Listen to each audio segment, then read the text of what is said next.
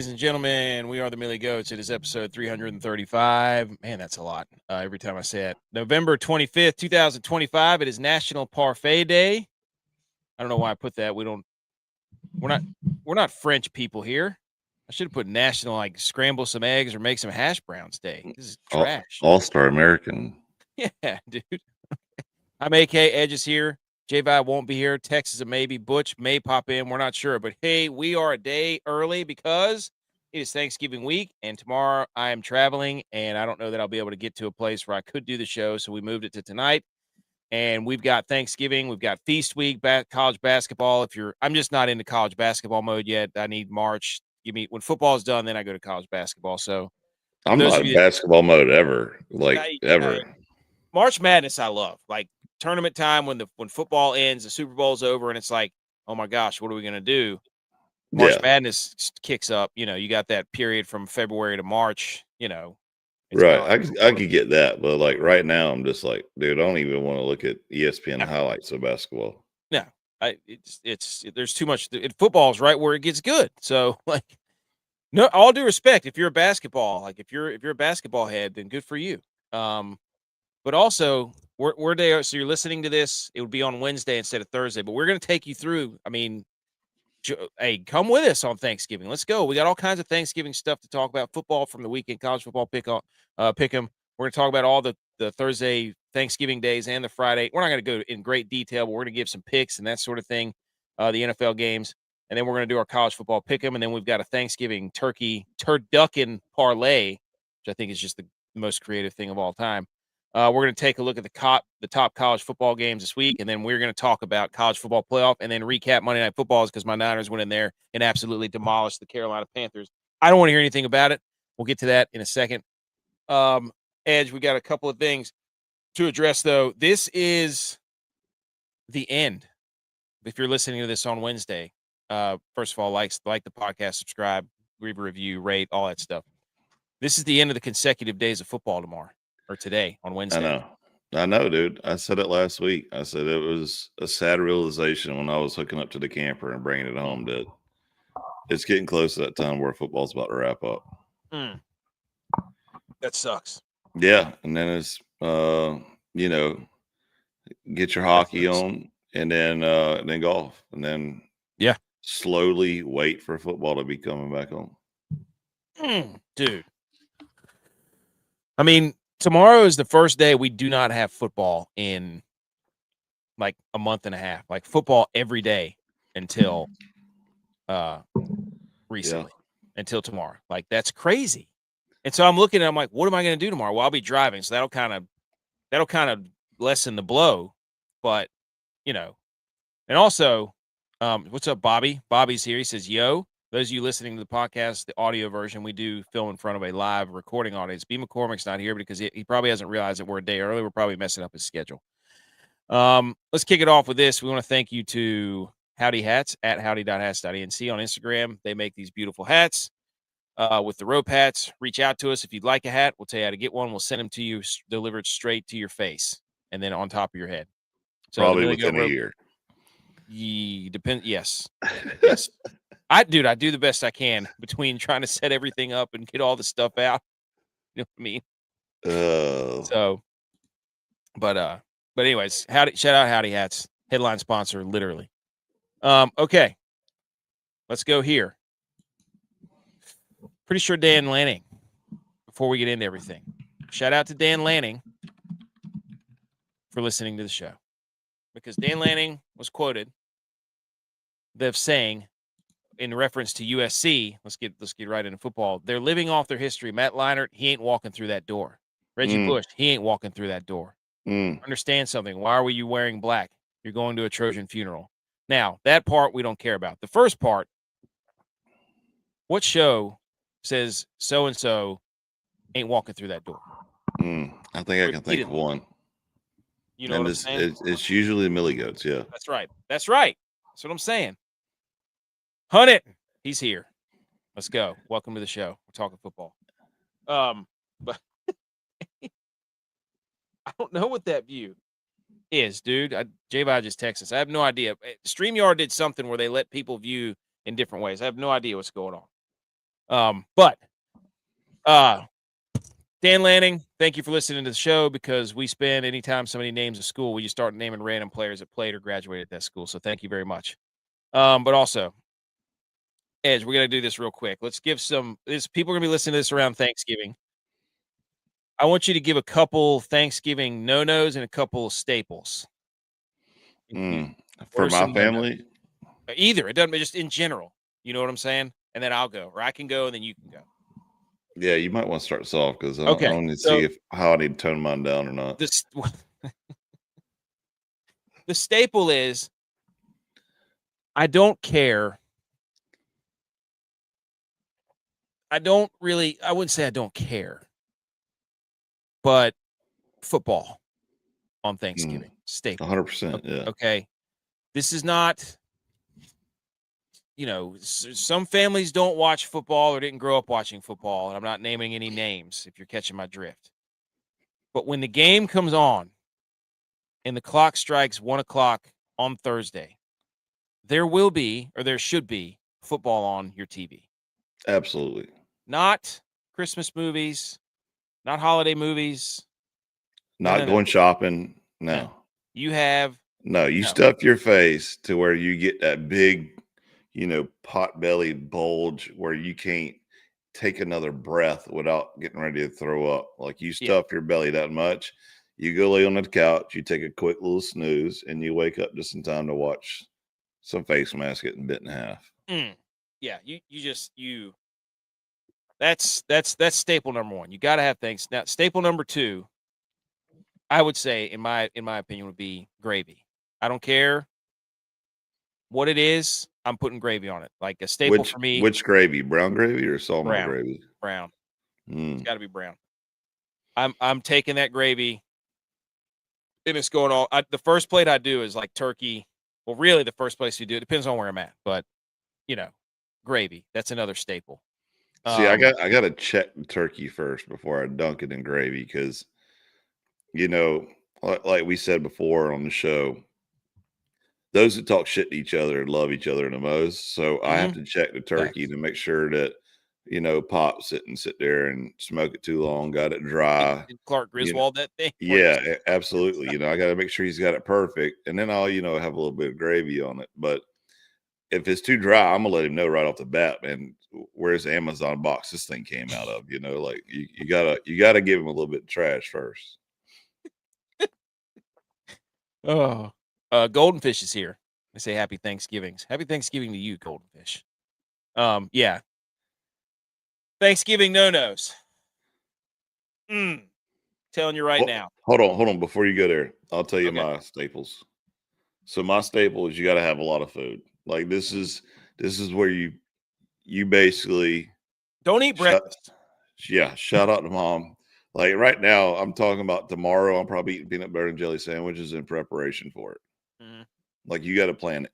And this is where my dad showed a two-handed plate grab, where you got the plate supported by both hands, and you just got a tower of food coming up.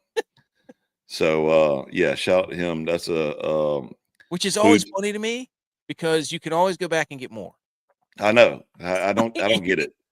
And every time I do it, I'm like, why did I do this to myself? But I have to do it just because it tastes so good.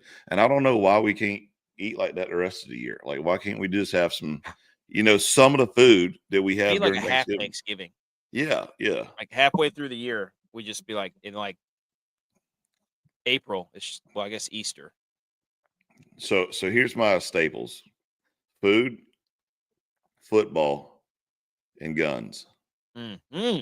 Every year, me, my brother, and now our wives go out in the field behind Mom and Daddy's house and have a little skeet shooting contest. And so far I'm in the lead. He's got a new shotgun. Little D's got a new shotgun this year, so he's all excited about bringing it, and thinking that he's going to win. But hey, the champ is hard to knock off the top. You know what I mean? So is that you? Oh yeah. Okay. And hopefully I can get my dad's old behind out there in the field too, because there's nothing better than, again, out there with the family with guns, just talking trash about how bad you are missing something, Bad you are at anything, period. Yeah. TJ's here. Because we were talking about the Niners game, but he did exactly what he's supposed to do. He came up in the message and said, Brock Purdy is trash. And I said, if you only knew how much my phone was blowing up with with those types of messages the last 10 minutes. I'm going to lead into it whenever we get to it, but he did exactly what a friend is supposed to do. Get up in there, get up in their face, and he was returning the favor because I told him that Dak Prescott was trash. So I got nothing to say, but everything to say. But yeah, and some no-nos. Look, don't come up in there, your no-nos, for Thanksgiving with your carb-conscious, I'm only going to eat protein nonsense. There's no diets at Thanksgiving. Like, it's over, dude. I'm eating pie. I'm eating potatoes. I'm eating it all. Like, yeah. And if you come up in there saying pie sucks, get out. Yeah. Pie does not suck, dude. I agree. You're not eating the right. Well, I got to be careful saying that, but you're not having the right. Somebody's making you the right pies. Okay. Look, pie is elite. Every Thanksgiving holiday, you take a break on Thanksgiving for your diet. Mm-hmm. You can go back the next day because you're still going to be recovering from that meal. You can go back on your diet the next day. The next day. You kidding me? In the same meal. And see, I don't even know. I won't even go to the same meal because then we got to go to in-laws' house and eat again. Oh, dude, let's go. So I love that. I love it. It might be Saturday, sitting on the couch or covering, watching football. It just feel like an elephant, Football's got it figured out, man. Friday used to just be like the Egg Bowl, like it was, or it was just one. Now we got Black Friday. There's like 15 games on Friday. Yeah, it's great. College football is crazy. There's like a triple header on ABC. It's nuts. It's incredible. Yep. A win is a win, but we don't need Mac Jones. Would you stop it? Kurt Warner doesn't think so. Ever heard of him? All right. Those are your Thanksgivings. National Parfait Day, whatever. Let's salute your sports and let's go ahead and let's get into this thing, dude. Come on. Let's salute some sports. Everybody, we've had enough of these shenanigans. Let's talk some football. The college football playoff just came out. Everybody relax. I lost my place. I got it. I'm back. I figured it out. Shh.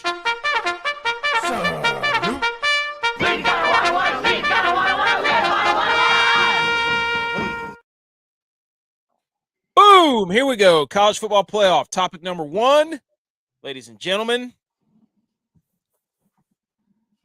About what we expected, I would say. Yeah. Let's go. Ohio State, number 1. Indiana, 2. Texas A&M, 3. Georgia, 4.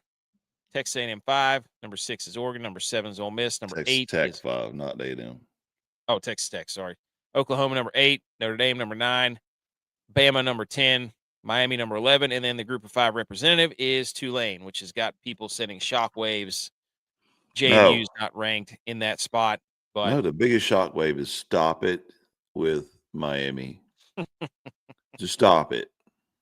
They're doing that on purpose, dude. Yeah, because they're listening to this podcast and they know to just get my blood pressure up every time. Yep. So, initial thoughts. Do you have any issues with the top 4? I think the top 4 where they're supposed to. I think it's solid. I think the biggest thing, the first thing, so when I was watching the show, which was hilarious because, I'm telling you right now, me and my kids, we've been together a lot. And I told my son, I was like, hey, I just want to watch this like 10-minute show. Can you kind of keep it down? And settle down. He wouldn't do it. And I'm like, damn, he's just like me. He won't shut up ever. So, and I love it. I love it, but it cracks me up whenever I get done. I just start laughing. He's like, what are you laughing at? I'm like, dude, I asked you to stop. Just hang on a second. But anyways, so I wanted to listen to what they had to say because I always love listening to their rationale of making this graphic. The first out is BYU and the second out is Utah. No surprise, 2 Big 12 teams. BYU went 10-2 last year and they got left out. They're 11-1 right now. And they're going to get left out again. What else do they have to do? Shout out BYU. We got your back. You're in our top 12, and we got Virginia, not Miami, because Miami's don't even. Anyways, so this is my thing though. This is my thing. ACC championship comes up, right? Mm-hmm. Virginia and Pitt play. Just ride with this for a while, or SMU, but I got a feeling it's probably gonna be Virginia and Pitt. Virginia is probably going to win that game. And you're telling me they're not going to have a seat in the playoffs? It's going to be Miami instead. But that's one of the things they keep saying is like, oh, Virginia is going to be in that spot where Miami is. And it's like, well put them there. They just said it tonight. It's like, just put them there then. Like, why? Why are they there? That's the thing, because they did this playoff so that they can quote unquote show some weight for winning your conference championship, and yet here we are where you got Miami in 1, 2, 3, 4, 5th in the rankings of ACC. I mean, you might as well put a Clemson Paul up there. Yeah, I mean, at this point, why not? Yeah, DJ's right. He goes, no, JMU is absolutely criminal. You can't have, dude. I agree. I don't. I don't get it. I don't know what else JMU has to do or needs to do. I mean, I guess they didn't do enough against Wazoo, but whatever. It's just, I mean, maybe they're testing the waters here. They're putting this out, to see what everybody's reaction is, see everybody lose their mind, and then next week they'll fix it. Well, first of all, they put it in the middle of feast week at the halftime of a basketball show or in between two basketball games. Like, are you kidding me? They're trying to get people to tune into the basketball games, so you have to watch the college football playoff and be like, "Oh, I'll just leave this basketball game on." Like, no, don't basketball my college football playoff, pal. Don't do that. Just you got 700 channels. Just put it somewhere else. Don't put it between two basketball games. For real. What you doing? Trip Irwin's here. He says Indiana being number 2 is insane. I mean, but I can't. I mean, they should be in the top 4, no question. Number 2, I don't know. I mean, but Texas A&M, what they did against South Carolina at home, you can't really give it to them. And Georgia, I'm telling you right now, dude, Georgia, we might be. If Georgia and Ohio State play in the second round or in the semifinals, that would be must-see TV, dude. Like, that'd be crazy. Like, look at this bracket. Do you mean people didn't want this at one time? They wanted the computer to select 2 teams. What a bunch of idiots. Yeah. With all due respect. But look at this, dude. This is beautiful. It's beautiful. We could gripe about it, but the first thing Booger said whenever this thing came out was, this is why we need expansion. No. You don't need expansion where you just keep not rewarding wins and not rewarding conference championships. That's the issue you have. You don't want to stick to parameters. You want all this fluff that means nothing. Strength of record is measured by this team, and strength of schedule for this team, and resume for this team, and tape for this team. Like, you're measuring all these teams by different parameters. That's why nobody can agree. That's why conference championship has to be the epicenter. It has to be the nucleus. I mean, it says down there in the bottom right corner, must win conference. Yeah. Down there in the bottom right of your corner slide. I will say all these teams are exactly where they should be, except for Miami. Like, I think honestly, except for I think BYU should be in there. I think BYU should be in there without a doubt. It's somewhere. They either Notre Dame spot or because Notre Dame's best win is Pitt. You know what I'm saying? I'm not 100% sold on Notre Dame, but they're. I mean, yeah, they beat Syracuse by 70, but my goodness, it's Syracuse. Yeah, but it's a 3-5 Syracuse. Too. Yeah, I mean so it's I'm not saying Notre Dame's not talented, but I mean, tell me why they should be in there over BYU. BYU's got a better resume, my opinion. Because it brings people that want to watch it. I guess I don't know. Unbelievable fan base. They're independent. They started with that. Boogers, we need expansion. No, you don't. You don't need expansion. You need to have a system in place instead of changing the parameters every year. It makes no sense. He just said Carson Beck over at Miami is stealing money. It's madness. They said make Indy declare a friggin' conference. Who do they think they are? I love Marcus Freeman. It's gotten out of dude. I mean, it's gotten out of control. You're right. Like, Notre Dame just gets to lose 2 games early and then play nobody the rest of the year, and everybody's like, "Wow, they're playing great." It's like, well, yeah, of course they're playing. And they have talent, but who do we judge them against? The 2 teams they played that were good, they got smoked. They play an ACC schedule. Yeah. But they're scared to play everybody in ACC, so. Clearly. So, again, I like Marcus Freeman too. I think he's a good coach. But again, everybody looks and gets oohs and ahs at Notre Dame, and then they get put up against a team and they get boat raced because they look slow in the defensive backfield. They get torched, and you don't know that until, they're Jeremiah Love. I mean, what do they do outside of Jeremiah Love? That guy's a freak show.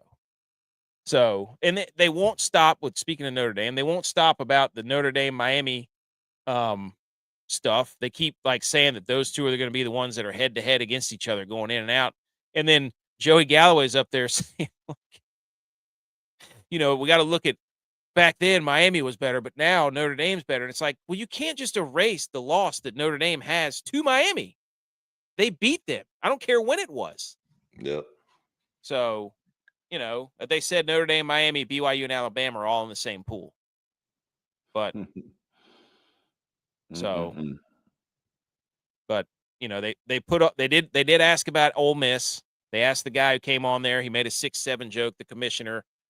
They asked him about, did Lane Kiffin, does that have any rank? And he's like, we won't have any data points to judge Ole Miss on who they are without their coach. We can't just be like, they lost their coach and then not put them in because we have nothing to judge that off of. We don't know how they'll play without their coach. So, speaking of Ole Miss, TJ said off topic, but I don't know if you guys heard, but Lane Kiffin just closed on a house down in Baton Rouge. No. Well, hold on now. Is it confirmed? Hold on, TJ's an LSU fan. Okay, so he's all up in the message boards, reading this. Reading it. He's tracking planes, and the question is, do they want Lane Kiffin? Does Lane want to go there? What's he gonna do? What are you gonna do to LSU? Get what? Have 10, 11, one win or one loss and then leave or not make the playoff like he does everywhere else? What are you going to get with? I mean, what's he done? What is Lane? I mean, yeah, he's a genius, but what has he done? What does he want? I'm not buying it yet. I'm not buying it till I see him in a press conference, and he's over there eating crawfish. But Oregon doing what they've done with all the injuries they've had, pretty impressive. I don't even know who Oregon plays. They play Washington. I think that's it, right? I guess they play Oregon State. Did they stop that? They probably stopped that, I'm sure. Yeah, this is it. This is Oregon's last game. They win this thing. Yeah. What are the Big Ten standings? I think they lost Indiana, Ohio State, Oregon, and Michigan, top 4. So I wonder how that's going to work out. I'm not entirely sure. If Michigan beats Ohio State, who then goes from the Let's go. If Michigan beats Ohio State, who goes to the Big Ten championship? That's the question. Yeah, because you'll have would it be Michigan? No, I guess it'd be Oregon. No, you'll have Indiana undefeated. You'll have Ohio State and Oregon both 10-1, and they'll be 7-1 in the conference. So it'll be a coin toss between those. Damn, and they don't have a head-to-head battle to flip it. So it'll probably be Ohio State going to Indiana. That's crazy, dude. The schedule this week is, oh my gosh, man, it's a thing of beauty. What else about this playoff? I mean, Oklahoma for certain. The crime in the century is going to be that it looks like they're going to put 1, 2, 3, 4. They're going to try to get 5 SEC teams in there, which is BS because the Big 12, Texas Tech and BYU, it is an absolute crying shame that those two teams are going to have the seasons they have, play each other in the Big 12 championship, and only one of them is going to go. I agree there should only be one from the ACC. But the Big 12 should have 2 this year because what do you like? It's bullcrap, dude, as far as I'm concerned. We said it before. We said it a long time before. We said it this summer when we talked about it. The easiest way to fix this is go win your conference and you're in the playoff. Mm-hmm. And then forget all this other, automatic bid crap and, strength of schedule. No, whoever wins their conference is going to the dance. I think it should be the 2 finalists. I think if you're both in the finalists, if you win, you get the home game. Or you get the bye. I don't even want that. I want a playoff to get to the conference championship. You go win your conference, and then you're going to the Natties. Like that's the easiest way and eliminate all this bitching. And then you're also forcing Notre Dame's hand, like we talked about, to join a conference. Yeah, because you don't have a conference. Yeah, you're independent. Congratulations. Like, go sit on the couch with UConn. And then shout out UConn though. They've got like 9 or 10 wins this year. Yeah, they're got one loss more than Notre Dame, and they're sitting on the couch. Probably played about the same schedule. Regular season conference winner or championship winner. I'd say you make them play a game. What's the point of? I guess in FCS they didn't do a conference championship game. The big thing was before. The problem is that the BCS era, it was like, oh, they needed conference championship weekend to kind of like give everybody like, oh, these are kind of like the playoffs. Who's the conference champion? But now it almost means nothing because if Ohio State and Indiana play, what are you going to not give one of those teams a bye? Like, what are you talking about? You can't let them playing one more game because they're better than everybody else affect their seeding, because essentially the championship's actually been rendered useless. That's the way that they've set it up now, Yeah. which is unfortunate. So, but I anyway. mean, regular season would be enough to get you to your conference championship. Yeah. Like you got, Indiana right now is undefeated in the conference, undefeated overall, but you know that they're going to go to their conference championship, and they go win their conference championship, then they go to the dance. Yeah. It's the easiest way to limit everything, and I also think it stops that whole madness of everybody trying to jump ship and run to the SEC for TV money. Yeah, you like, hey, if you win your conference, you're in. Who knows? You might have a Alabama, or, Texas A&M all of a sudden try to join the ACC. Like, That's hey, what I'm saying. I mean, this get is the like, easiest hey, why the conference hell over am I here. gonna? If I'm in the SEC, why the hell do I want to play that schedule every week? Because it's so Right. hard. We've been told, Alabama lost to FSU, who's got 5 wins, but I don't like the fact that there's 5 SEC schools in there. In our top 12, we had BYU in over Alabama. Not because we're like, oh, Alabama stinks, but Alabama's resume sucks. Quite honestly, like I wouldn't say sucks, but That's bad. It's without Missouri and Tennessee, who don't deserve to be ranked. I'm sorry. They're no better than anybody else. That was their big claim to fame, is they have 4 ranked wins. And it's like, yeah, but it's Missouri who they just rank, and everybody just goes and slaps around Missouri and goes, oh, ranked win. Yep. Get out of here. Regular season conference winner gets the bye. Then the number 2 and 3 play each other for the second. Oh, that's a filthy. I like that, dude. The regular season conference winner gets the bye. Then the 2 and 3 teams play each other for the second spot in the playoffs for 2 automatic bids. I like that. That's fun. You win your conference, you're going to the dance. Yeah. The second spot from the conference in the Power Fours is up for a playoff to get into the playoff. That's beautiful. You're just basically modeling it, after the NFL, basically.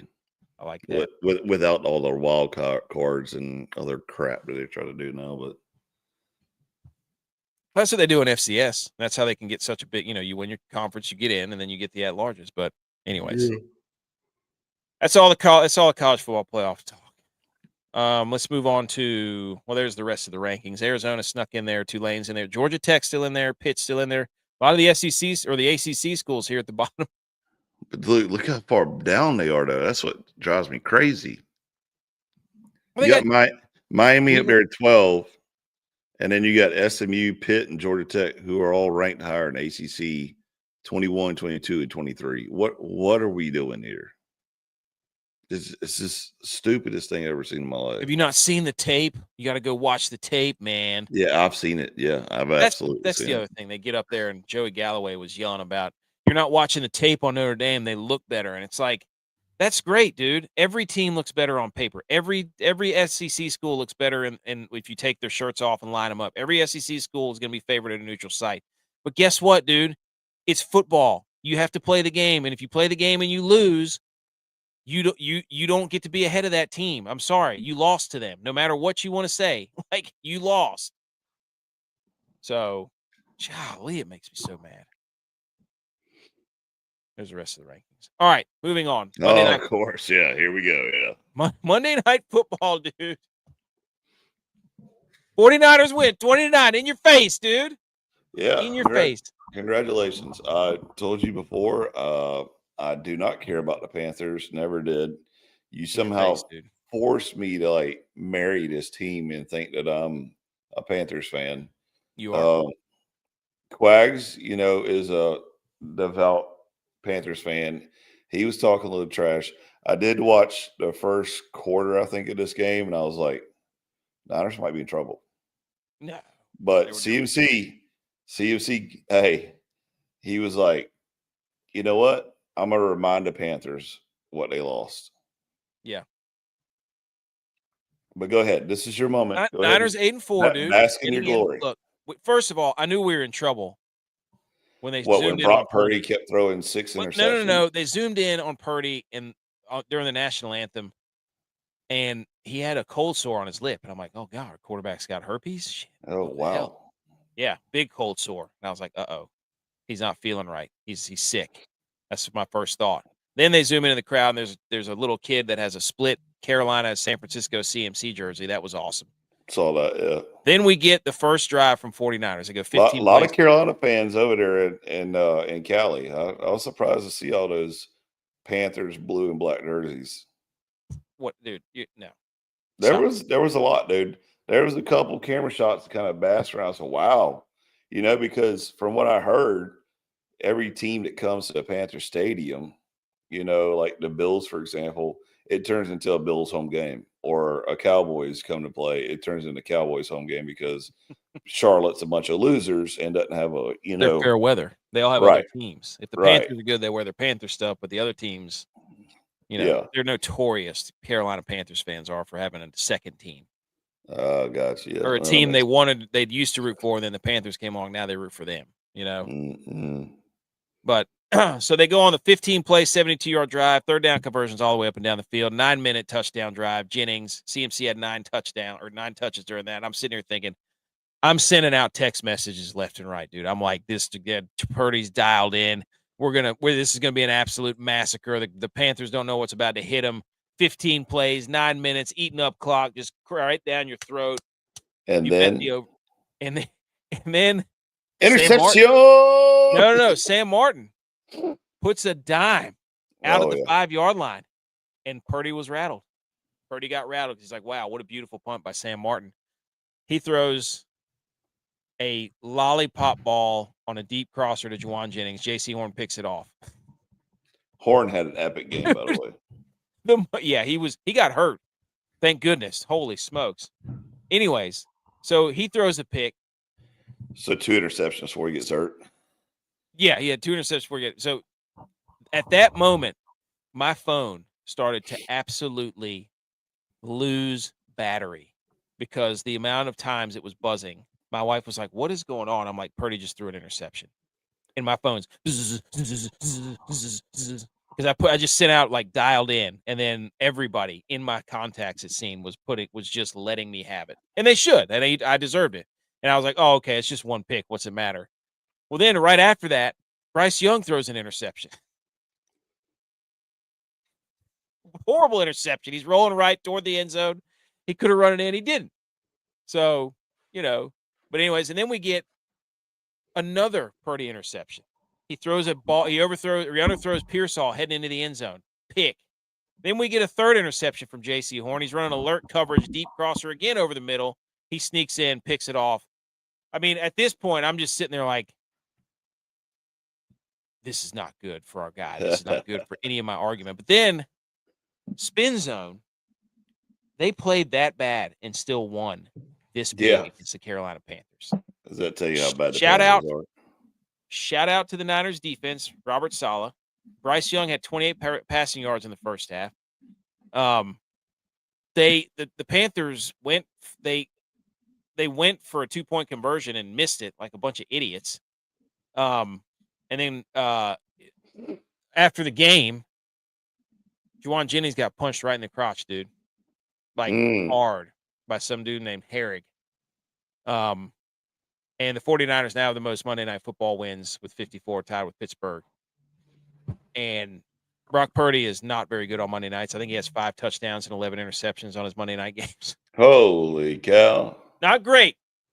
Not great. So, thankfully, the Super Bowl is not on a Monday, and it doesn't matter. But I watched this game, and I'm just sitting here thinking, I love the Robinson and the McCaffrey 1-2 punch. That's a good punch there. Offensive line's getting better. Pass rush still stinks. DBs are playing better. Upton Stout's playing really well. But, man, when he was throwing those interceptions, that was bad. That was bad news. Didn't have fun with that one. But they still won. So, in your face, 8-4. I mean, my God, my goodness, like Sam Darnold throws 4 interceptions. Everybody's like, no, don't worry about it, guys. He's that's just big old Sam. He's just big reckless arm. He'll have those games here and there. Brock Purdy does it. People are all over he's not the guy, but they'll sit there and back up Sam Darnold. Like, shut up. Anyways, I'm encouraged. I don't know how far they can go because against really good offenses, their defense gets I think the defense is going to keep getting better. That's what I'm excited about. Because they're all young. They got a bunch of young dudes on defense. Here's a fun stat. McCaffrey is leading the league in carries with 217 and catches 81. He's leading the league in catches, dude. He's a running back. Gracious. Brock Purdy is the first quarterback this season to throw 3 interceptions in the first half of a game. Dude, I can't believe he threw 3 interceptions. It was terrible, dude. But that game was hard to watch, man. It was. I mean, CMC even had a fumble. The ball was squirting out everywhere. What are the Panthers doing? Only giving the ball to Rico Dowdle 6 times. What a bunch of idiots! How could you do that? Like, if you're going to beat the Niners, you don't go at their defensive backs. You go up the middle. All their linebackers are hurt and their defensive line. Run the football. Yeah, I don't think we ever said that the Panthers were ever good at play calling.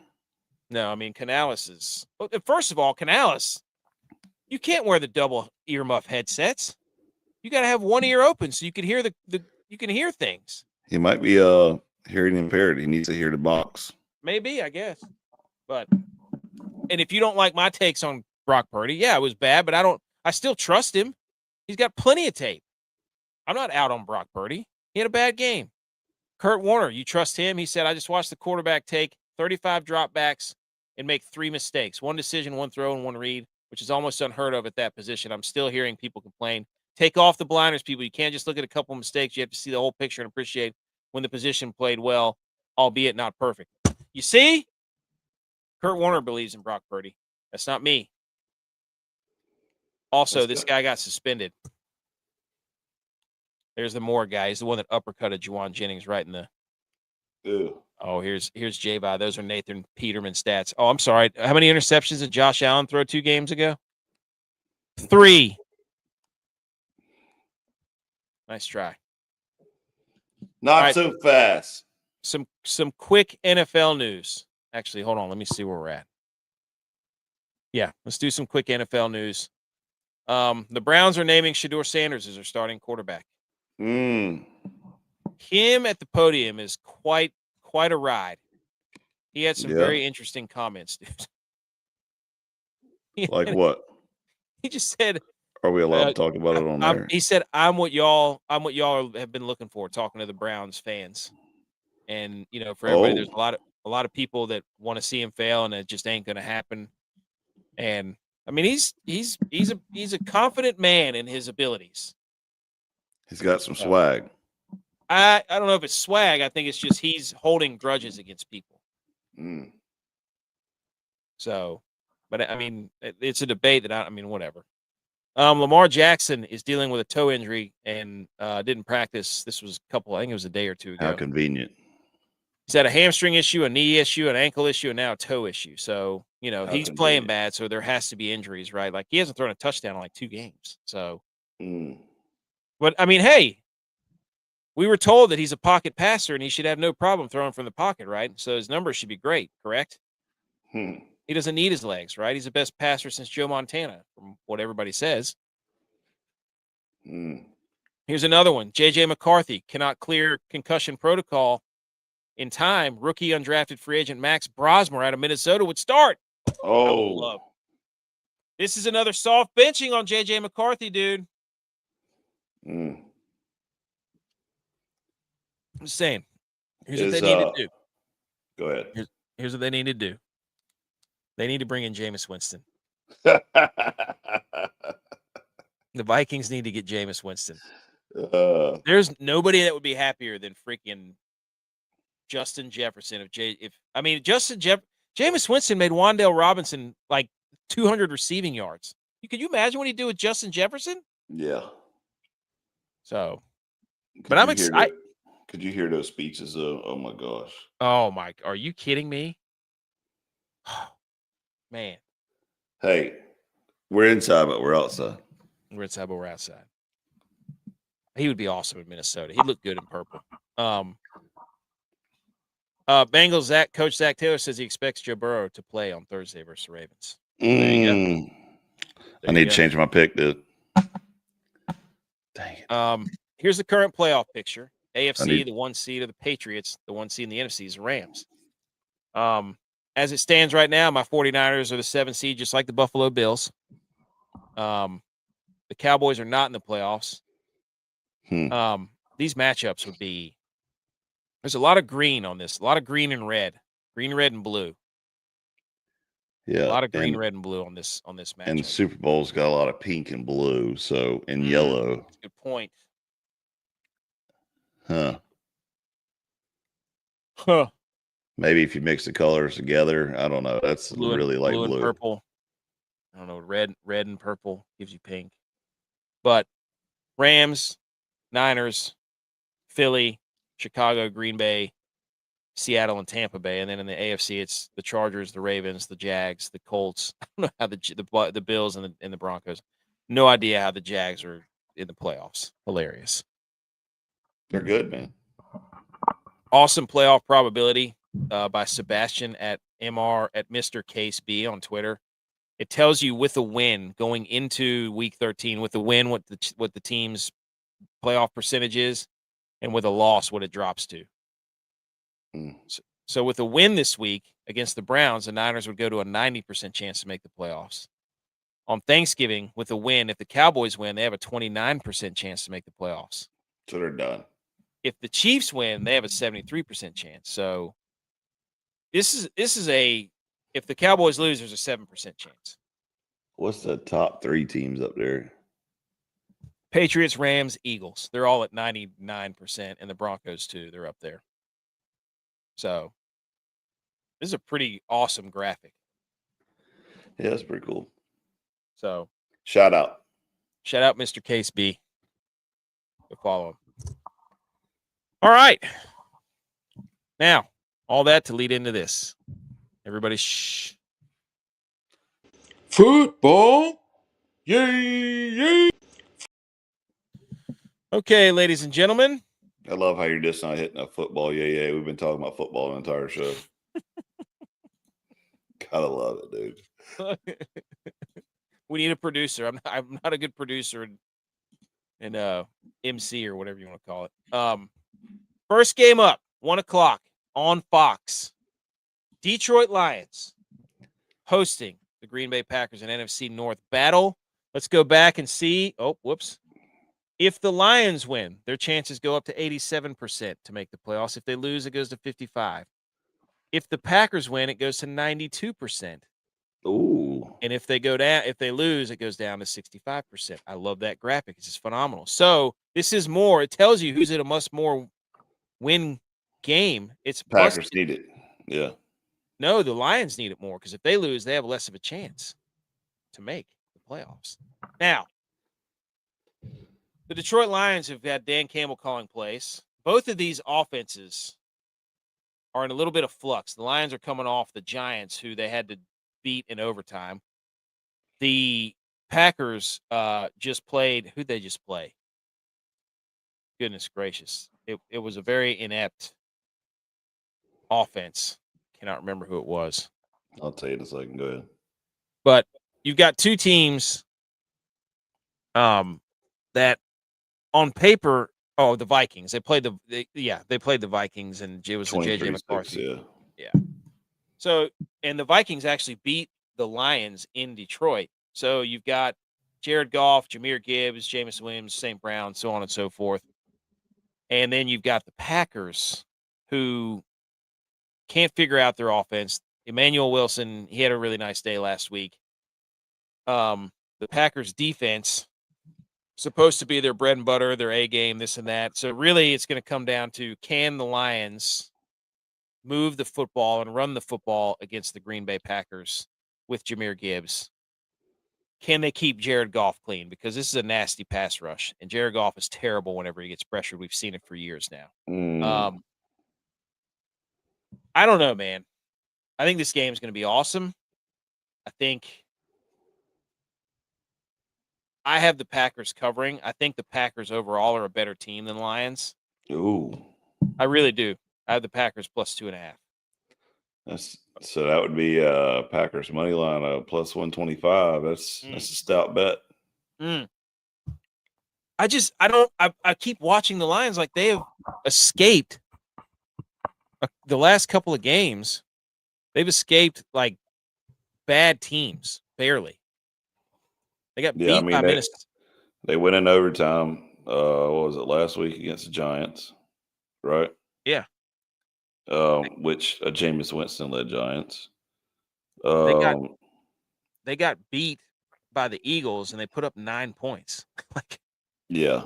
They lost to the Vikings at home. Beat the Commanders. Yeah, beat the Commanders. And beat the Bucks. Beat the Bucks. So their last 3 home games, they're 1-2. And they lost to the Vikings at home and damn near lost to the Giants at home. I'm taking Lions this game. So I say, and I say it because of this. This is Thanksgiving. Oh, yeah. This is the Lions thing, dude. Yeah, this is the Lions game. So I'm going old school. I'm going to keep it. I'm going Lions. Put it on the big board. Put it on the big board. Edge says Lions. Cut it. Cut the clip. Cut the clip. I'm serious, though. I think the Packers defense is going to give them fits. They may, but the Lions ain't giving up on Thanksgiving, dude. That's a fair bet. But I can't wait to watch Jahmyr Gibbs. He is ridiculous. They've basically just kind of been like, all right, Dave Montgomery, thank you, for your service, but we cannot not give this guy the ball who can take it 80 yards at any point in time. It's incredible.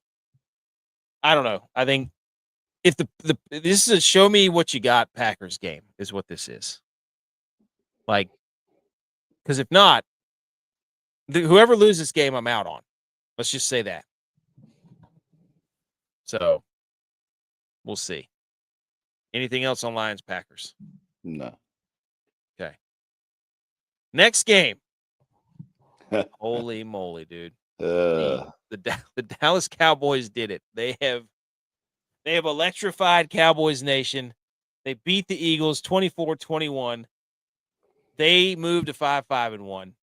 The Kansas City Chiefs come to town after a win against the Colts to get to 6-5. So both of these teams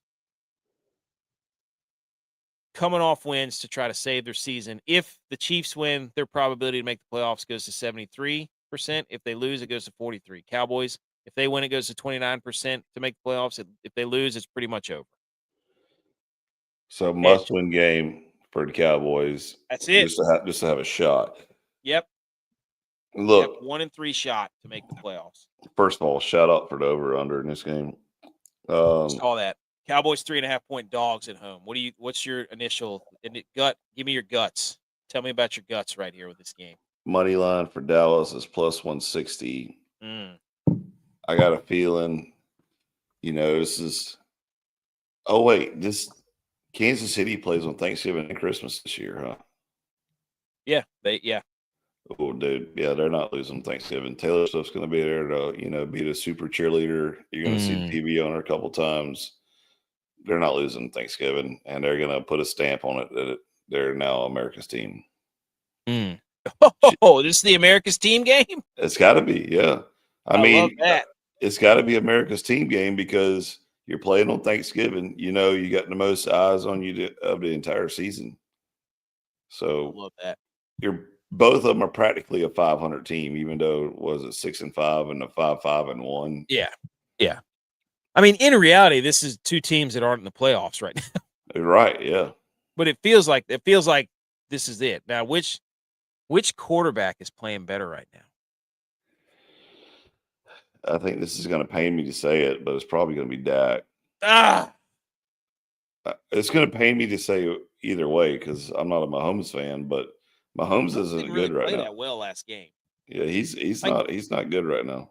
Are you like if you expect me to believe that they're going to be able to run Kareem Hunt against Dak? Like Kareem Hunt can't do that 2 weeks in a row. Are you on that short of rest? No way.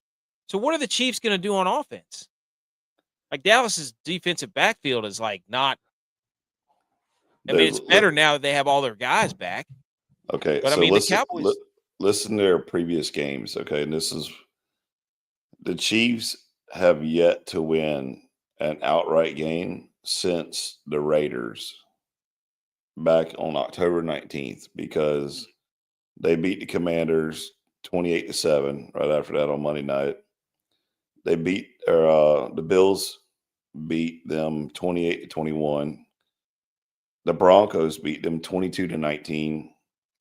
The Chiefs beat the Colts 23-20. So like all these games, they're like right there close at them. Yeah. I don't think they're that great, but I think there's going to be enough to beat Dallas and watch Jerry up there stuttering on Thanksgiving, about why his team lost and why they need a defensive end to fix their season that they just got rid of.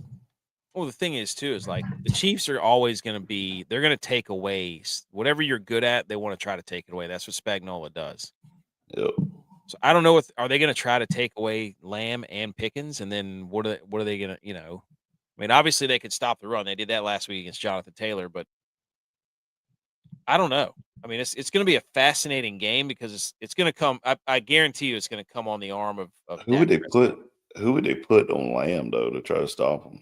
I don't know. Like, good luck. I mean, let's not forget Ferguson in there too. But it's gonna. I mean, I think I'm so glad the Cowboys won. Like, I can't stand the Cowboys or the Chiefs, but I'm glad they both won because selfishly, I wanted this game on Thursday to really, really mean something. Like, at this point, 4:30, you're pretty much you're either eating or finishing up eating, or you're eating your second meal or whatever. So you get this whole second half to let your food digest and just sit there and watch the end of this game. Or you're eating pie. You know what I mean? Now, this is a fun stat I saw from Ian Rappaport. On November 4th, the Cowboys traded for Quinnen Williams and Logan Wilson. After the bye, Overshone came back. Rebel, their rookie. Malik Hooker, their safety. Donovan Wilson, their safety. They all returned. So they got a bunch of people back in the defensive backfield. The improvement on defense has been noticeable. In weeks 11 and 12 since the bye and the trades, they're second against the run, allowing 45 yards per game. Tied for 8th in takeaways per game, tied for 7th in sacks, 7th in total yards allowed, 11th in points per game allowed. Before the bye, they were 23rd or worse in every other category. Can we also remember too when Tex and Butch at the beginning of the season had the Cowboys at like 13-3 or 13, yeah, 12, something 14-3. ridiculous like that. Yeah. Idiots. It's going to be a fun game. This is I'm glad they both won. Who wins? I feel Chiefs. like I got to take the Cowboys. I keep betting for the Chiefs. I'm sick of them. I'm sick of them. I can't do it anymore. I'm taking the Cowboys to cover 3.5. And the night game. The 6-5 AFC North division leading Ravens, who have been Dude, shout out these over-unders. I like it. You see that? 52.5 over-under. Ravens favored by 7 at home. I'm changing my pick. Originally, I had picked on the Ravens on this one. I'm changing it, though, because Joey Burrow is coming back. So I'm going to take the Bengals on this one. And you got Lamar out for, his toenail. He's not out. He's just. I mean, He's hurt. He's limited. So that's why he's not playing well. Whatever. It's an excuse for a loss, is what it is. And Joey B's going to come back out there and just run it down their throat and throw it down their throat. So Jamar Chase isn't playing though. I'm still taking. Oh wait, no, wait. I think he's back this week. I'm still taking Bengals all in. Let's go. It definitely Joe Burrow and the Cowboys, they save Thanksgiving. Like the Bengals defense stinks. If the Ravens can't score points against the Ravens or the Bengals defense, who do we just the say? Bengals are terrible this year though. They're 3-8. Oh my gosh. Yeah, they're not good, but they still could win the division. Okay, let's go to our playoff predictor. If the Bengals win, their chance goes to 4%. They're done. If the Ravens win, 81%. If the Ravens lose, it goes 57%. So, should I stick with my original gut then? I don't know, dude. Joe Burrow is walking through that door, but shout out Dan Lanning. Did you hear that? But the Bengals, their defense sucks, dude. Their defense stinks. So if the Ravens are going to have an offensive resurgence, now here's what happened. Remember, the Ravens took all the games out of the locker room, and so since they did that, their offense has stunk. Their offense isn't fun anymore because they took all the games away. So yeah, God dang, this is a tough game to pick. Who are you going? I'd probably take the Ravens. No, actually, I'll take the Bengals to cover is what I do. It's AFC North. This happens every time. Who would you go money line though? Money line? I'd probably take the Ravens. Yeah, I think I'm going to go Ravens too. There's no way the Cowboys win 2 high-profile games in a row. Who said that, BMO? BMO. I mean, this is what I don't care if they win it. I need them to cover. And secondly, this is what I wanted on Thanksgiving is to have them have their hopes way up here and then get them absolutely crushed the remainder of the year. Whoops. So I take Bengals to cover the spread. But if I was taking money line, I'd take the Ravens. 820. So there you go. Go take a walk. Also, shout out to all the college people if you're listening to this podcast who are home for break and like you're just out hanging and going to the bars with your buddies. Dude. Staying with your parents, going out on a Monday and a Tuesday night. Some of the most epic parties was when you went back home for Thanksgiving and while you were in college. Oh my gosh, dude. Shout out to all those people. Yes. Man, that's pretty good. It's tough to get, one of my neighbor has 2 kids that are in college and they're doing that. You know what I mean? Like they're over. She was like, yeah, so-and-so's he's out watching football with all his friends. And it was Sunday night. And I was like, I bet he is. Yeah, I bet he is. I was like, man, that made me think of that. Friday game. Eagles off their loss to the Cowboys. Bears coming to town. Caleb Williams getting all the credit, even though there's plus 16 in turnover differential and the number 2 running defense or running offense in the league. Caleb Williams gets all the credit, guys. It's Amazon Prime, 3:00. Over unders 44.5. Eagles favored by 7. It's in Philly. We're gonna see what Caleb Williams is made of. Okay. Yeah. Go ahead. We'll look something up. Yeah, I'm going Eagles all the way on this. I mean, yeah, I think it's still hard for me to get behind the Bears. And we said a couple shows ago that like, did you ever think that the Bears would be in the spot they're in right now, like at the beginning of the season? Absolutely not. So I guess my old football head is still coming back in, but yeah, I think the Eagles has got this on a wrap. Well, here's the quarterbacks the Bears have played: Joe Flacco, Jackson Dart for a half, JJ McCarthy, and then Mason Rudolph. Like everybody's like all over the Bears and like, look at Caleb Williams and look at I'm like, they're plus 16 because they're playing Joe Flacco, they're playing Russ Wilson who came in, they're playing JJ McCarthy, and they're playing Mason Rudolph. Like, and they're winning those games by 3 points, 2 points, 5 points, 4 points. Like they're not crushing these teams. And again, it's hard to win in the NFL. Good for the Bears. They're 8-3. I mean, hey, run your mouth, dude. Like, let it happen. But we're about to find out who the Bears are because they get the Eagles, the Packers, the Browns defense, the Packers again, the 49ers, and then the Lions. So they've got a 6-game stretch here where it's about to get insane. And I haven't seen people want to make believe the Steelers are a good defense. Their defense sucks. You know, so we're about to find out who the Bears are, because this Eagles defense is legitimate. So Is this the first time that they had a Friday football game? no, they've been doing this. I don't remember it. This Maybe is I've the always been stuck at work or something and just never paid attention to it. But this is it's a the good best setup, one. you know? Yeah, I mean you've got this, and then you've got like 15. The third annual Christmas Eve tacky Christmas, dude. That was, man, the Christmas Eve tacky Christmas sweater party, and then the day or two before Thanksgiving party. That's the epic parties that we used to have though was the Halloween, yeah, right? yep. And then that rolled into like we're still recovering from Halloween, and then you went home for Thanksgiving and had parties, and then the Christmas week of parties. Yep, man. So I'm saying, dude, if you're doing that and you just happen to stumble across this podcast, I fist bump you right now. Like, don't listen to this. Just go do another one tonight. Go to another party. Don't be like, oh, I can't. Don't. Just go. There's plenty of time for you to live and recover later. Yeah, you'll be fine. Go to fourth quarter performance, get you some BCAAs right, and dude. some EAAs. Right, dude. Hey, just go ahead and have a good time. All right. I think the Eagles destroy them. Yeah. I know the Eagles can't run the football. They only let Saquon Barkley touch he ran it like what, 7 or 8 times last game or something. Like That's stupid. Yeah. There's no way. Like there's no way the Eagles lose this game. I feel like the Bears, they're in for a rude awakening. Shout out Hendog. So I think Eagles win and cover. Rude awakening.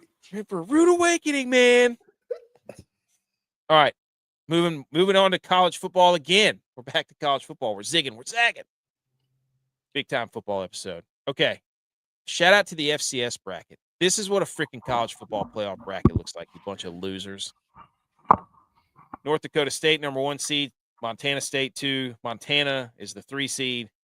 Tarleton State's the 4 seed. So you've got 8 top seeds, 16 really seeds, and then I think it's a 2014 playoff. I mean, how beautiful is this? Yes, that's the way it's supposed to be. But again, if you win your conference, you're in. So, and I think there's like 7 or 8 conferences. So the top 8 teams, they get their, top 8 teams for the conference get in. So I don't even want to talk about that. Shout out to Max if you're listening. Shout out to Max, our Oklahoma State guy. They got their guy. Oklahoma State hired the North Texas coach. I can't remember his name, Eric something, but he's leaving North Texas and he's going to Oklahoma State. So Oklahoma State's better when they score a lot of points, and they were doing none of that. So Eric Morris. There you go. All right, Edge. Take a gander at these top 5 games, my friend, of the college football rivalry weekend. It starts Thursday. I believe it starts Thursday. Hang on. No, it doesn't. Yeah. Well, you have Navy and Memphis on Thursday. So. Oh, yeah. Yeah. That's not a rivalry week, though. No, it's not. But Friday is when the real action. I wouldn't say it. Shout out Navy. We love Navy. Friday's when it starts, but we've got at 3:30. Well, there's other games, but these are the top 5 games. I mean, obviously you have the Egg Bowl. That's at noon. And some other games, but the most high profile game would be Georgia at Georgia Tech. Number 4, I think at number 23 is what Georgia Tech was in the rankings. Georgia Tech wins this game. The SEC's got a lot of questions to answer, correct? Oh, yeah. Yeah. Well, I want to say this first is why did we change rivalry week? And what happened? I don't understand it, because like this is the most important week of football where you should have Texas versus Oklahoma.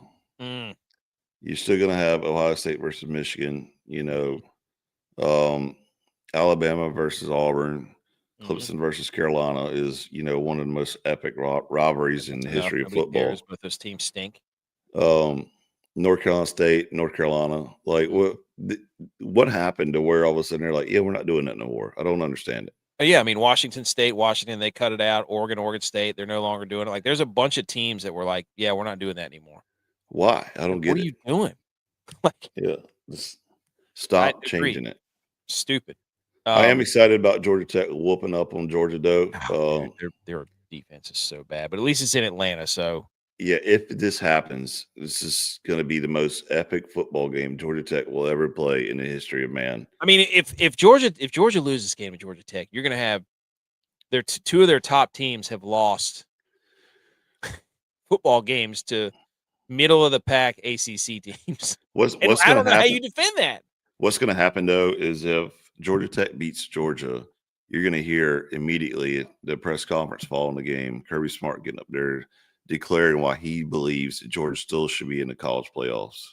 And then you're going to hear some other talking head of the media say, well, yeah, I agree with him. I think Georgia still deserves to be in there. You can't. They had X players hurt. They had all these excuses. And you know what? What we just said is prove it on the field or go home. Well, what you can't do is sit here and spend 14 weeks bashing the ACC, telling them they're nobodies. That's right. That's and right. then turning around and being like, that was a quality loss. And, our only loss was to number 23, Georgia Tech, and number 8, Alabama. It's like, you either think the ACC is a joke or you don't. You can't have it both ways. So, I think in reality, Georgia's got this game in the bag. Probably Georgia Tech's defense is awful. Yeah, and those are some big dudes in Georgia. Yeah. Like those are. That's a good point, Josh. Josh says there's no money in it. Good point. You're pushing a house, but yeah. And then we get Texas A&M at Texas, and this is Friday too. I mean, there's some bangers on Friday on ABC. You get the Egg Bowl at noon, then you get Georgia Tech at 3:30, then you get Nestle in 7:30. You get Texas A&M Texas, and you get Texas A&M's favorite on the road. So, but this sucks because if Texas wins this game, we're gonna have to sit here and listen to that trash about how Texas should be in the playoff. Like, come on. No, A&M's got this covered. So it's going to get nasty. Texas might win the first half, but A&M's got it. And then you got Ohio State, Michigan. Like, look, this is the one game that I circled that I can't. You can't pick a winner. Well, I can't. I don't. My wife, she said something. She sent me this picture of something to do on Saturday. It was like an air show, and I was like, "You do realize that Ohio State, Michigan played noon on Saturday." We're not going. The only show we're watching is that show for 3 hours. So, but anyways, this game, you don't even need to talk about it. It's just Ohio State, Michigan's incredible. It always is, and it's supposed to be. Hold on, let's watch this. Look at this. You want to break your face. Saturday's weather forecast in Ann Arbor is 30 degrees with an 80% chance of snow. Oh, buddy! In the words of Tech, football is best served. Give me that. Then you got Miami at Pitt. That's at noon also on ABC. Pitt Miami's is favorite going to whoop that behind, dude. Well, Pitt's ranked too, so I didn't get to. I think they're ranked 22nd or 23rd or something. But so the graphic's wrong. But I mean, that's a huge game in the ACC. Pitt wins that game, they go dancing. Like they get a chance to play for the playoff. Yeah, absolutely. So and then it ends all this stupid drama of why Miami should be ranked. Yeah, agreed. Like Carson Beck's going to throw a back-breaking interception to lose it. Watch. Oh yeah, it's going to be terrible. And then cap your Saturday night off. I don't care who's ranked. I don't care if nobody's ranked. The Iron Bowl is one of the greatest spectacles in sports. It is. War damn Eagle. It's the Clemson of Alabama. So let's go. Let's go. I mean, you don't have to tell me. Alabama's favored by 6.5. It's at Auburn, 7:30. Woo, buddy. I mean, this is just what a way to end the college football season. I mean, all right, and that's not even the best part. You get look at this. Other games that you could tune into. San Diego State at New Mexico, Mountain West title berth on the line. Troy at Southern Miss, Sun Belt title berth on the line. You got Vandy in Tennessee, Oregon State and Washington State, Pac-2 championship. I'm excited about that Vandy Tennessee game. That's a little that's going to be a rivalry, man. I mean, it's what makes it great.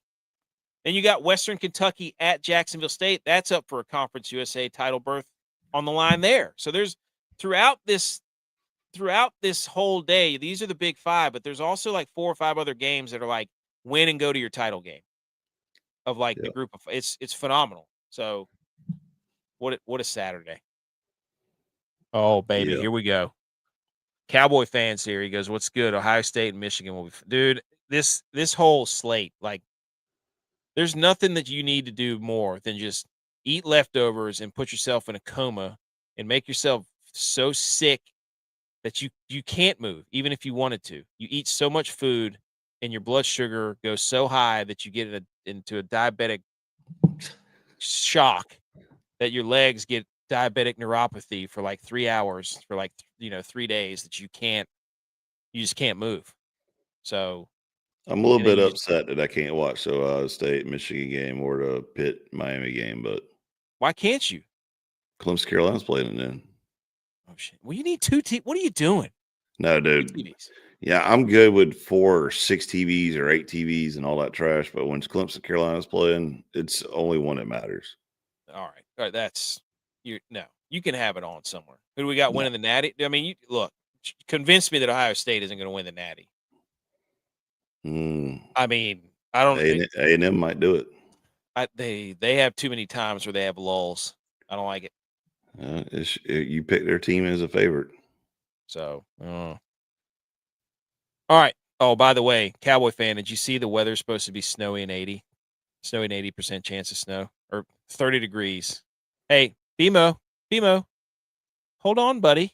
Hold on now. You think you were going to get through the show without an upset advisory and Boise State's not on this list? Come on now, BMO. You know better than that. Upset advisory. We're back. College football week 14. Edge, 28-50 overall. How dare you? First of all, I told you to take this off the slide, and you didn't listen. Dude. J-Vi's pick. I didn't want to put it on there, but he said hammer the Tigers, and I said okay. He wants that as an upset advisory. No, man. He's saying it just to spite me is what he is. But go ahead. Team number 1, San Diego State, favored by 1.5 at New Mexico. What's his name? Jason Eck, coach from Idaho State or Idaho, coming over. Got the Lobos rolling, dude. Bows up. If they win that game, they're in the Mountain West Championship, I'm pretty sure. And then Jason Eck will not be at New Mexico very long. I can promise you that. But San Diego State, upset advisory. Another Mountain West game. Boise State, favored by 3.5 at Utah State. Utah State not dead yet. Get them with the Undertaker gif. Utah State playing some good ball. Quarterback's electric. Best offensive line coach in the country. Upset advisory. South Carolina Gamecocks, favored by 2.5 versus the Clemson Tigers. What do you think, Edge? I'm not talking about it. Okay. They're on upset advisory, though. That means. Yeah, have you see? Yeah, look at your record, dude. You should feel. Well, I guess you should feel really well. Yeah. Oh, I see what you mean. You think anything, you're making me nervous? Yes, dude. If anything, you're making me more nervous now. Well, that was J-Vi. You know what? That was me. That was him, not me. Yeah, I know. J-Vi knew better too. Western Kentucky. Where's our guy? Where's AK fried meat or AKC fried memes? Western Kentucky going into Jacksonville State, Conference US title berth on the line, -2.5. You're not beating the Gamecocks, dude. Georgia Tech losing to Pitt was so infuriating. Trap game. It was so infuriating. And then Haynes King threw that pick 6. They were about to bring it to a 1-score game, and he threw a pick 6, and they're up down by 14 again. Miami's on upset alert, 6.5 point at Pitt. Okay? Absolutely. Confident. And I'll give you that one. People are going to get really mad, but I think Ohio State's on upset advisory at Michigan in the elements. They're favored by 9.5, just because you haven't beaten them in 4 years. There's an entire class of incoming freshmen or outgoing seniors that have never seen Ohio State beat Michigan. Like, Jim Harbaugh ain't walked through that door. He's not, but it's in Michigan. If this game was Ohio State, I'd be like, it's a blowout. It's a 3-touchdown game. Tom Brady ain't walked through that door. Pitt will blow a big game 99.33% of the time. 99.34 is higher. Telling you right now. So that's upset advisory. All right. We're going to pull this down. We're going to do our college football pick 'em real quick, Edge. Then we got a special Thanksgiving Day turducken 6-leg parlay that we're all going to sweat together on Thanksgiving. It's going to be absolutely incredible. We only pick stuff from Thursday's games instead of the picks of the week. We'll get those out later because we had to adjust some stuff to earlier in the show, to earlier in the week. So let's pull up. You know what? I'm going to play the electric guitar, and we're gonna pick some freaking football games right here. Hang on. I'll tell you right now, I'm fired up to pick some football games. We're 15-15. We are back. We started off 6-9. We employed a new strategy. Now we're 9-6, and now we're back to even. So this is our chance right here to show who we are and what we're made of. Everybody.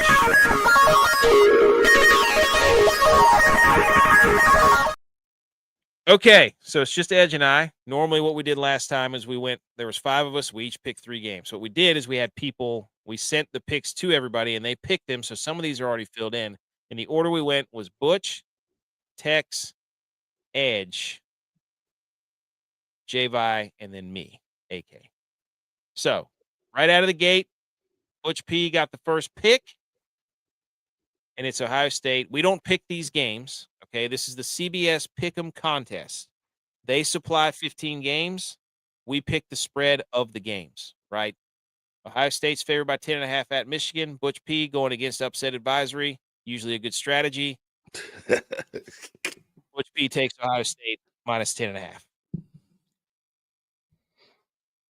Tex was supposed to pick South Carolina and Clemson. Also, you know what? We'll let BMO pick. We'll let BMO be Tex because that's the only one we're missing. I'm pretty sure J-Vi sent his in. BMO, you're picking for Tex. Oh, my gosh, this is going to be incredible. BMO's in the comments. BMO's in the chat. Cowboy fans, the CFP rankings have been doing Oregon dirty. Well, they have a lot of injuries, though. A lot of injuries. We'll let the chat pick Texas pick. How about that? And we'll put Tex versus the chat. Cowboy fan, South Carolina might upset Clemson.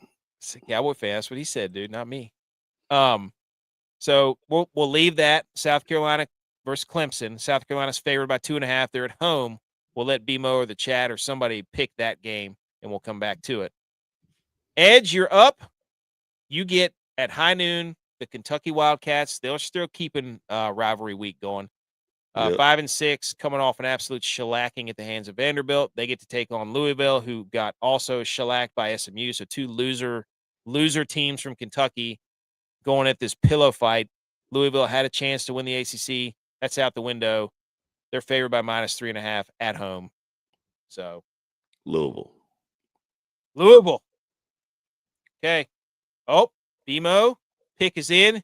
He says ACC for life. Only one Carolina. No matter how many times Edge calls the Gamecocks, Carolina, go Tigers. BMO is picking Clemson. So, yes, it's going to be great. BMO is going to pick all of his teams. Oh, Cowboy fan agrees. Louisville's beating UK. There you go. Miami, 12 o'clock also on ABC. This is J-Vi's pick. J-Vi's pick. He took Miami minus 6.5 versus Pittsburgh, also going against upset advisory. What's he get? Yes, dude. Look at us. Look at our show being in unison.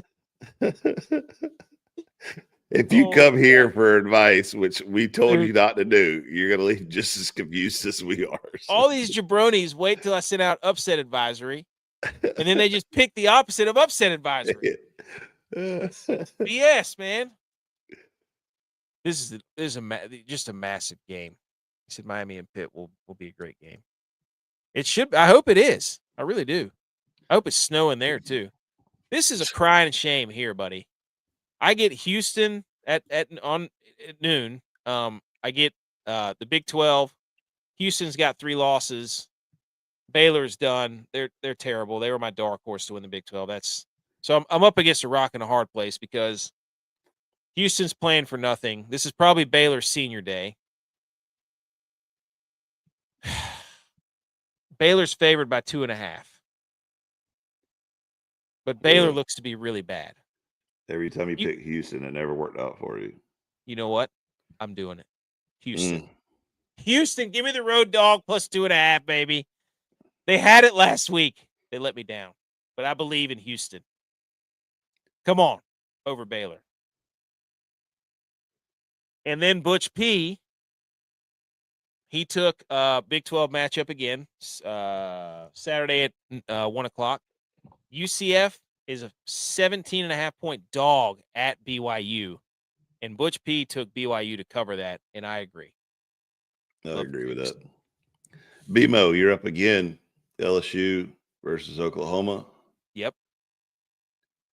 10.5-point favorites are Oklahoma. They're ranked 8th in the country, firmly in the college football playoff, coming off a big win against ranked, quote-unquote, Missouri. Thank goodness we don't have to deal with that anymore.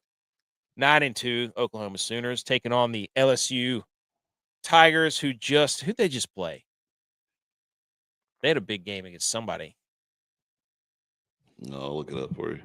It was pretty close.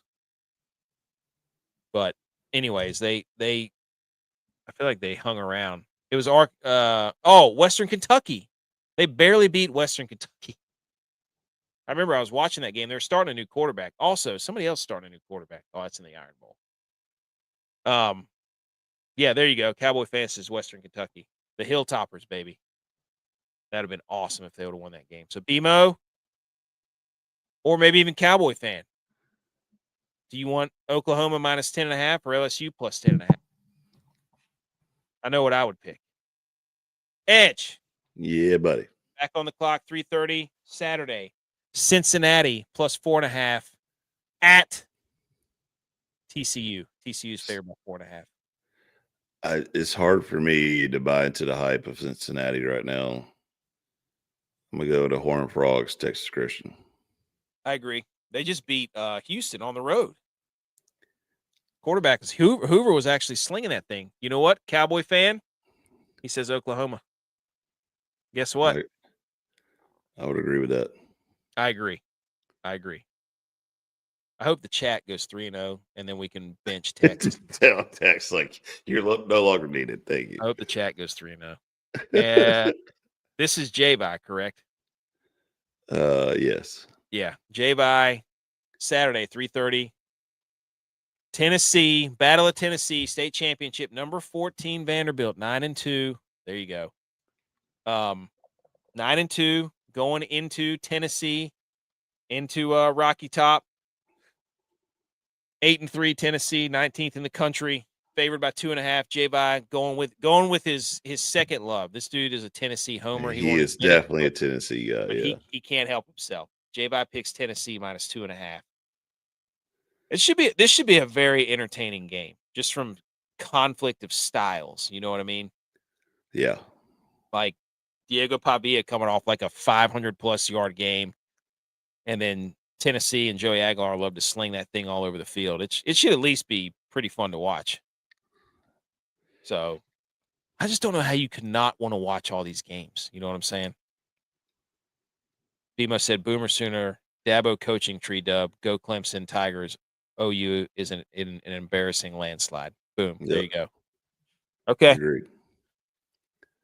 All right. This is you. This is me. Number 6 Oregon, 10-1, 7.5-point favorites at Washington. Washington 8-3. Been close. Washington's been close. Oh. There he is. He must Friday KC, you must have heard your ears burning, my friend. I was just asking where you were. I had Western Kentucky is on upset advisory against Jacksonville State. I'll show you the graphic in a minute. Oregon. They have a lot of injuries, but I'm pretty sure, is Washington's quarterback hurt? I think he's hurt. Is he going to play? I know he wasn't playing the other day, but he is having quite. Yeah, he left in the third quarter. Last game. Concussion or what? I don't know. But if he's playing,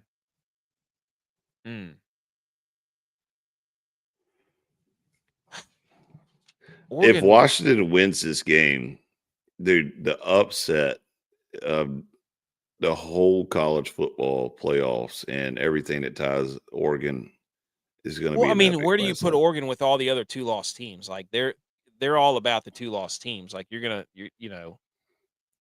Yeah, but they're going to say their schedule's terrible because they didn't play an SEC schedule. I think Oregon's, even with all their injuries, I think Oregon. He said Oregon will barely squeak by. This is tough. 7.5 is a hard number because it's like if they win by a touchdown, you don't like they got to win by 10. Yep. What's Oregon's schedule been like? Have they been winning big? I'll look it up for you. Yeah, that's my like. Are they? I know they just beat USC. They beat Wisconsin by 14. They beat USC by 15.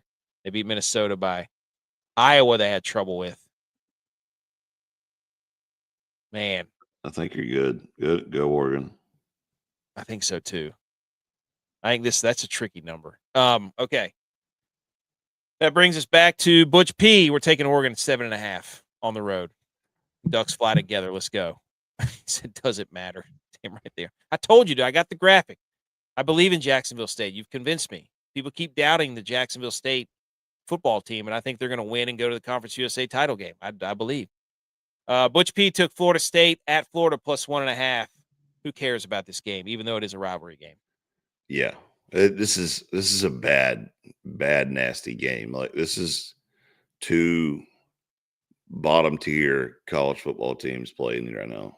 Awful. Yeah. And then who's up? Was this was supposed to be Tech's. Oh, Tech's. Okay. So Virginia Tech plus 10.5 at Virginia, who's 18th in the country now, or whatever they are. And Virginia Tech basically has to win this game to go to the ACC title game. And it's probably senior day. So a lot of these home already picked Virginia. Yep. Cowboy fan. What's BMO say? Does BMO's AC? Well, I was going to say BMO's in trouble here. He's got ACC. I'm sure he knows some sort of. Virginia's got us in the bag, dude. What are you talking I agree, but we got again, like we just said, the Dabo coaching tree, man. Tony Elliott's got this. Yep, I bet BMO will agree. Cowboy fan and BMO are about to be on the same page. Edge, you get this is a tough one, dude. This is a bad one.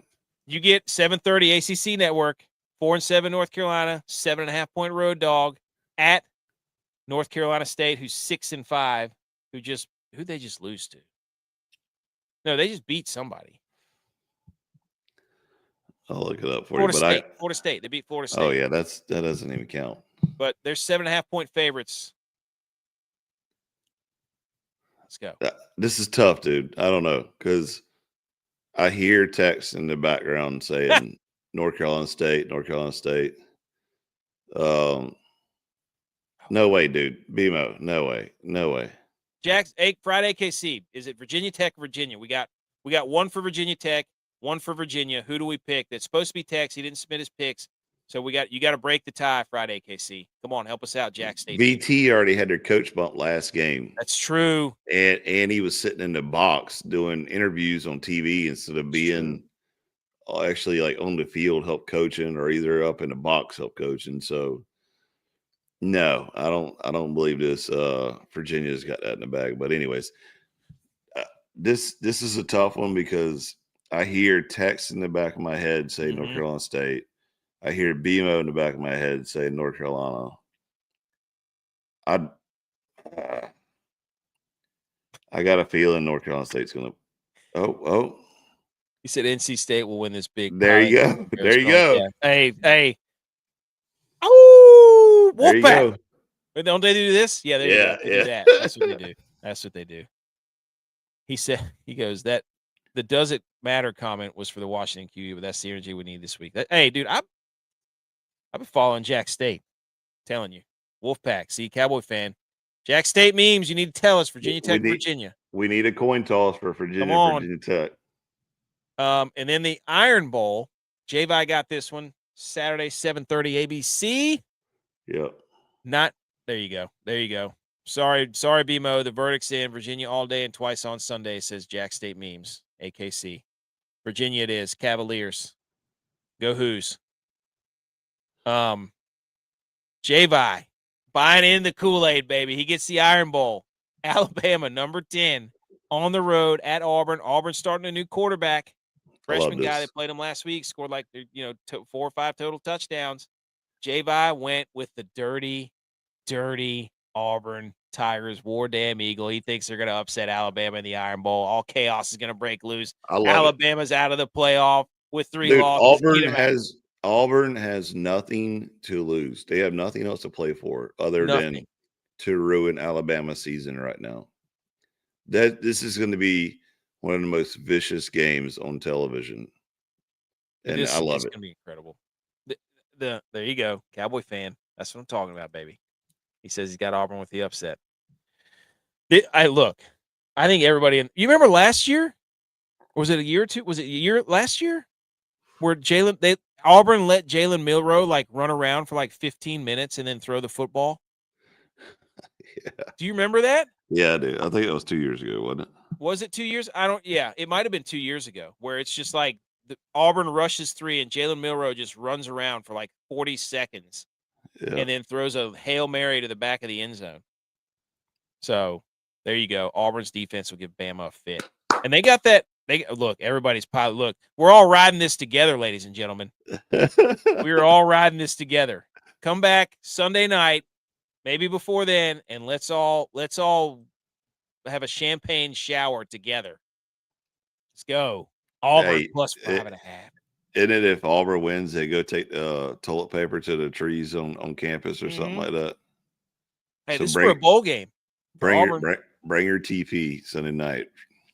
Senior day, baby. Senior day. Oh God, he said that's night game at Jordan-Hare is almost as powerful as a home game at Amherst, which is Jacksonville State Stadium. I love this dude. This is one of the best accounts on Twitter. He's an absolute electric factory. Dude loves his school. I root for Jacksonville State now too because of you, dude. And I'm an App State guy. But we got nothing to root for recently. Last game, 7:30, Rose Bowl. This is a Rose Bowl, isn't it? Isn't this at the Rose Bowl? UCLA at USC. USC is favored by 21.5. That's a lot of points. Come on now. UCLA sucks. So come on now. Hey, Trojans, give it to me. Yeah, that's a solid pick. Yeah, 3 touchdowns. That's a ton of points, dude. What is UCLA right now? 3-8. 3-8. They had a little run there where they were like, Neuheisel, and they won like 2 games in a row. So yeah, what was their quarterback? Iamaliava. That guy stinks. USC beats him, no doubt. I know they beat him, but they beat him by more than 3 touchdowns. They beat him by 24, essentially. So fight on, he says. Trojans. There we go. What's the score for Alabama-Auburn? Golly, that's probably like a 21-18 game. Or it's 21-17, I bet. Or 2017. I bet it comes down like a last-second field goal. I think it's 20-17. I bet you. Auburn. UCLA, I bet you they get 18 and then they got to beat them like 40-18. Goodness gracious, that's a lot. Talking 22 damn points there, dude. That's crazy. Maybe they get it's gonna happen though. 22-43. Yeah, 45. Let's do that. Lock it in, ladies and gentlemen. Those are the picks. Those are the college football. Look, this is beautiful because Tex didn't submit his picks. Everybody else got their picks in. We're going to ride this along, okay? Thank you. And you'll be happy to know, Cowboy fan, that Tex is actually a Cowboy fan. So we talked about the Cowboys earlier. We put up a stat earlier about how their defense is much better after the trade and the bye. So noticeably better. They're like 4th against the run or something. But we're going to ride these picks, and we got one more thing to do before we get out of here, Edge. And that is the Turducken parlay, 6-leg parlay of the week for your Thursday Thanksgiving day. So everybody who's listening to this show right now, Dude, I bet you were screaming at the Eagles and Packers in the Cowboys game, dude. That game was nuts. Ladies and gentlemen, this is a parlay. If you're listening to the podcast, stop your car, pull over to a parking lot, get out your pen and paper, and write these down, or write it down on your phone. Okay. We have put together a Thanksgiving turducken parlay. These bets are prop bets or money line or spreads or whatever that are only happening on Thursday. Okay. So that's why we call it the Thanksgiving turducken 6-leg parlay, because a turducken is a turkey stuffed with a duck, stuffed with a chicken, and all that together gives you 6 legs. Okay. There you go, dude. Love the way you tied that in. See that? The turducken 6-legger? Yes. Absolutely. I'm going to lead it off, and I'm going to say Jahmyr Gibbs, and it's already gone up because I saw it on DraftKings, but I got it at Gibbs over 102.5 rushing plus receiving yards. He averages 122 rushing plus receiving yards. So they're playing the Packers. Jahmyr Gibbs is going to go absolutely bananas. I almost said bonkers and bananas. You know what? Bananas. Okay. Yeah, that's right, dude. You don't even know what kind of fruit that is. Gibbs over 102.5 rushing plus receiving.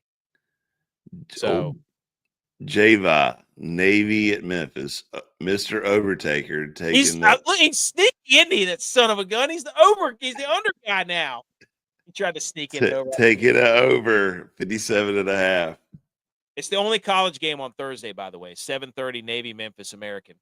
It's a huge game for Navy, though. Yeah.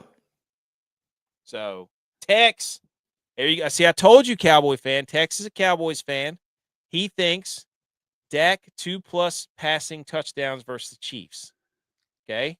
He thinks he's going to get out there and throw 2 touchdowns. Thank you very much. Friday, KC, you like how the turducken parlay 6-legger? There's 6 of us on this show. There's 6 legs on a turducken, buddy. Oh, there you go. Edge, you're up. You took. Yeah. Mr. Moneyline's taking a money line on Detroit. 100%. Give it. I think it's what. Did we just look it up and it changed since I sent this in? But it may have. I don't know. Give me the money line on Detroit. 120 versus the Packers. And then Butch P, also Cowboys fan. Cowboy fan 2009. Butch P is also a Cowboys fan. So we have 2 Cowboys fans on the show. He said the Chiefs at the Cowboys is going to go under 52.5.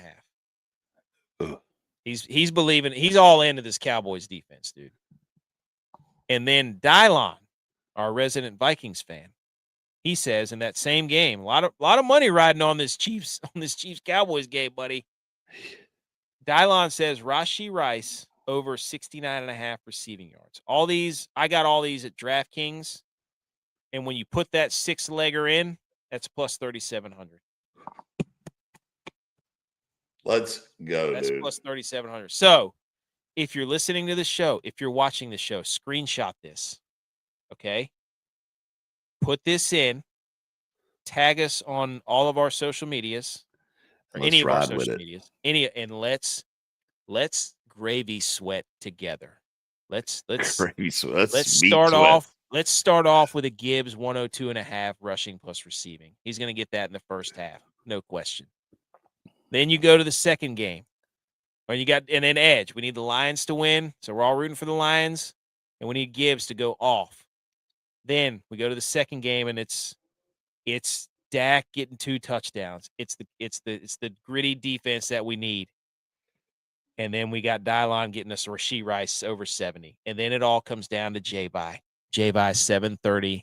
You're not watching Bengals. You're not watching Bengals Ravens. Who gives a rip about that game? You're watching Memphis and the midshipmen ripping it up, trying to score 57.5. Let's go. And then we're all celebrating. And you're going to take that money you won and go on Black Friday and get yourself a nice 72-inch TV so you can watch the Niners absolutely throttle the Cleveland Browns on Sunday. And that's how your Thanksgiving is going to go. You're going to take that money that you won with this parlay and go down to the Best Buy and spend it on Black Friday. Cowboys fans got the screenshot. I'm going to put up our socials. Oh, shout out to Fourth Quarter Performance. Hey, the Turducken Parlay brought to you by Fourth Quarter Performance. Creatine, protein, BCA Super Greens, promo code GOATS20. Go get all your stuff from fourthquarterperformance.com. And get some more protein there, fourth quarter performance. You're out of chocolate. Oh yeah. I gotta text him. Also, by the way, how dare this guy who said ham's better than turkey at Thanksgiving? Get the hell out of here, pal. Josh Barzon. First of all, you should be eating prime rib instead of turkey, or prime rib instead of ham, buddy. I feel like Christmas is ham. Look. All right. So now that you've got that parlay, you screenshot it, you're going to put it in. We're all going to sweat it together. And if it's dead in the first leg, Edge and I apologize.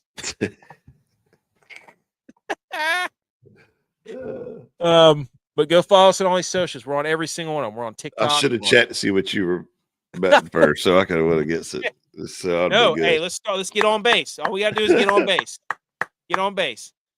We're on TikTok. We're on Instagram. We're on Twitter's our most active. We're at Millie Goats on Twitter, and we're on Twitch. We're on YouTube. We're on Rumble. We're on all those places. And anywhere you go, anywhere you listen to a podcast, Apple, Spotify, iHeart, Good Pods, Amazon, we're there. Go subscribe to the podcast, leave a review, leave a rating, and then look, we did this a day early. I appreciate everybody coming on, and this is a fun little show here. Yay! Enjoy your ride. Enjoy your Thanksgiving. Yeah, because enjoy football, enjoy family, and enjoy getting fat, eating everything. Because don't do anything. Don't do anything. Yeah, just watch football. Yeah, just watch football. And thanks for letting us ride with you while you're traveling and stuck at the airport or whatever. And we get to infiltrate your ear holes with football goodness, so you can just soak it up like you're going to soak that gravy up. Just eat the bread and then just watch football. Like, don't do chores. I mean, a lot of people like to do the 5K in the morning. That's great. That's good. Get it done, and then you got your chores and your workout in, and then it's over. I'm telling you right now. He said I'm iffy with the under guy going with an over. Dude, I didn't realize it. I can't wait to text him and be like, "You son of a gun! You went." He couldn't help himself. He got booted off. We survivored his ass. We booted him off. We voted him off the island, the over island, and he went sneaky and went back and bet another over. He couldn't help himself. What it was Tex was tired of losing, so he made Jay buy switch with him. Tex actually is on a heater though. We're gonna put out our other picks later. We'll put that out later in the week. But right now we're worried about the turducken parlay. I'm gonna tag Big Cat in it and be like, Big Cat, listen to this logic of the turducken parlay. 6-legger, 6 legs on a turducken. Let's get the whole nation on this. Yeah. I'm gonna send it to him in a DM too. Be like, look, turducken parlay, 6 legs. Thank you. Hey, Jack State, when you put that baby in, nobody screenshot it. You screenshot the graphic. You do not screenshot when you put it in. Yeah. You just say I'm riding, because if you screenshot the bet, it's over. We all know that. Over. You don't screenshot while there's games being played. You could screenshot this. You could screenshot this graphic, and then just say I'm in, and just put gobble gobble, or or something, or just put a chicken, a duck, and a turkey emoji, and tag us in it. Okay, he knows. He's no rookie. All right. Hey. All right. That's thanks it. again.